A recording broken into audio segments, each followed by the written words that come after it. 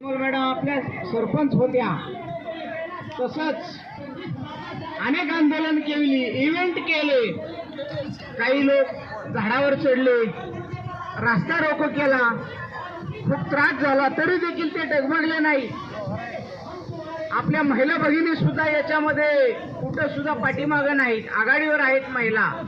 तसेच मधल्या काळामध्ये आम्ही काही 1-2 आठवडे नव्हतो, त्यावेळेस मनपा असेल, मुंबई BMC असेल, DYD असेल, ठाणे असेल, पालघर, रायगड या सर्व जिल्ह्यातील आपले सहकारी बंधू भगिनी सर्वांनीच इथे येऊन सर्व कामकाज व्यवस्थितपणे पार पाडलेले आहे आणि आपली ही नौका आता कुठेतरी कडेला येत आहे.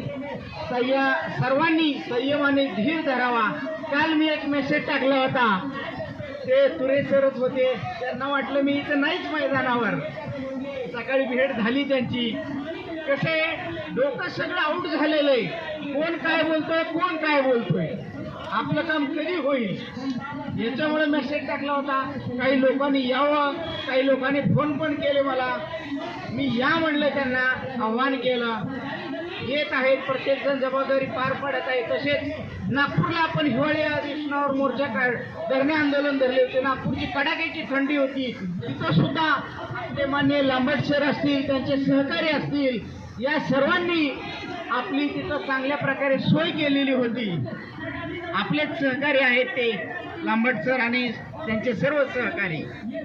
आणि आपल्यामध्ये प्रत्येक केडरमध्ये असे काही व्यक्ती आहेत की त्यांच्या ओळखी आहेत, पै पाहुणे आहेत, काही राजकीय पदाधिकारी आहेत, काही अधिकारी आहेत. त्या सर्वांच्या ओळखीचा इथं फायदा होत आहे. वेगवेगळ्या केडरचे सर्वच 13-14 केडरचे लोक प्रतिनिधी इथं येत आहेत आणि आपल्या आपल्या परीने प्रयत्न करत आहेत. त्या सर्वांना आपण इथं शुभेच्छा देत आहोत, साथ देत आहोत.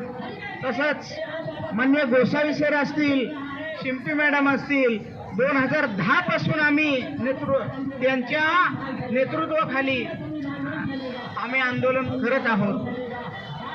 इथंच 2010 साली पलीकडे झाड आहे बघा, सकाळी शिंपी मॅडम आमचा विषय झाला, छोटंसं झाड होतं, किती मोठं झाड झाले, तिथं आम्ही आंदोलन केलं होतं. पडता पाऊस होता, गोसावी सरांच्या पहाडी आवाजाने तो मैदान सगळं दुमदुमून गेलं होतं. असंच आंदोलन शांत बसलो होतो. त्यांच्यातले एक पोलीस बांधव आले, म्हणले तुम्ही शांत बसू नका, घोषणा द्या, हा आझाद मैदान घोषणेनं सगळं गरजून जाऊ द्या. तुमच्या कुठे तर गर्जना झाली, आवाज झाला तर खडबडून जागे होतात पोलीस. अनेक इव्हेंट केले, आपण तिथे गेलो, प्रत्येक इव्हेंट केला. तसेच महिला भगिनींचा एक गळ्यातील त्यांचा जो काही दागिना असतो तो अतिशय मोलाचा दागिना असतो. त्या सन्माननीय आपल्या दडवल मॅडमचा तो दागिना आहे, तो हरवला आंदोलनात. बघा त्यात किती मोठा आहे बघा महिला भगिनींचा. झाडावर चढल्या, होय बघितलं मॅडम, मी बोललोय त्यांना, बघितलं त्यांना, ओळख आहे मॅडमची.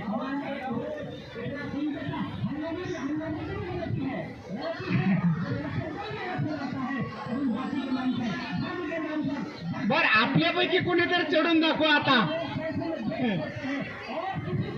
वाटतं तेवढी सोपी गोष्ट नाही. सुदैवानं त्या दिवशी काही घडलं नाही, व्यवस्थित झालं. किती झाड उंच आहे बघा, बुंदा त्याचा बघा, पाय बी घसरला असता, हात निसटला असता तर काय झालं असतं. आपल्या भगिनींनी बांधवांनी धाडस केलं, खरोखर कौतुक आहे त्यांचं. आपल्यासाठी त्यांनी हे धाडस केलं, सर्वांनी रस्ता रोको केलं. आता आपल्या टीमनं सर्वांना आव्हान केलेलं आहे, शनिवार रविवार जवळ येत आहे, इथं कोणी नसतं, जाऊ नका. मंगळवारच्या बेसवर काही मंडळी, ठीक आहे मॅडम, मंगळवारी कॅबिनेटच्या आशेवर काही मंडळी येत आहेत, येऊ द्या, पण कंटिन्यू येऊ द्या. तर या मॅडमच म्हणल्या 2-3 दिवसासाठी कोणी येऊ नका, कमीत कमी 4-5 दिवस, आठवडाभर राहण्याच्या उद्देशाने या.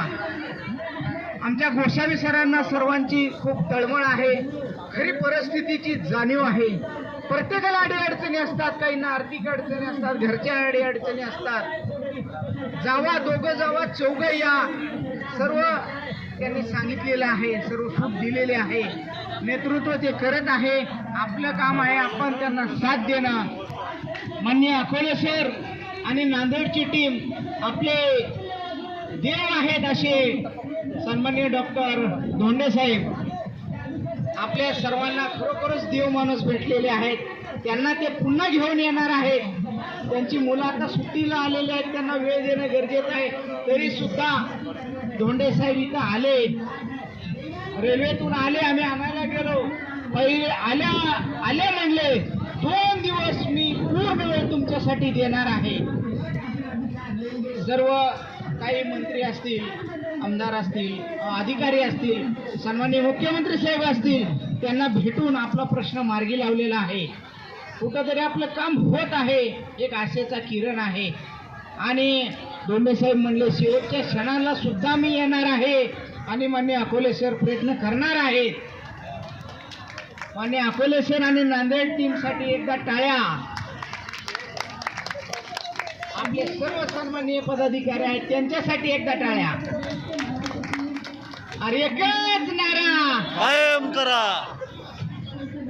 आता आपल्या स्वतःसाठी टाळ्या.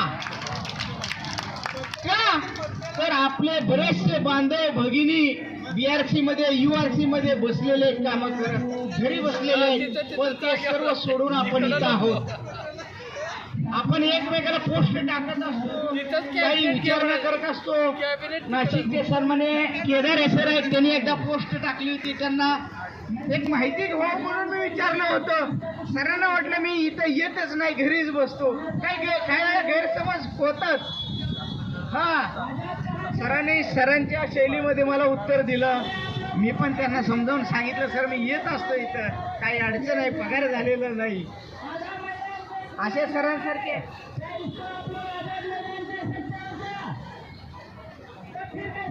धन्यवाद सर. शिंदे सरांनी या ठिकाणी आपल्या भावना व्यक्त केल्यात. शिंदे सर आपलं समग्र शिक्षण संघ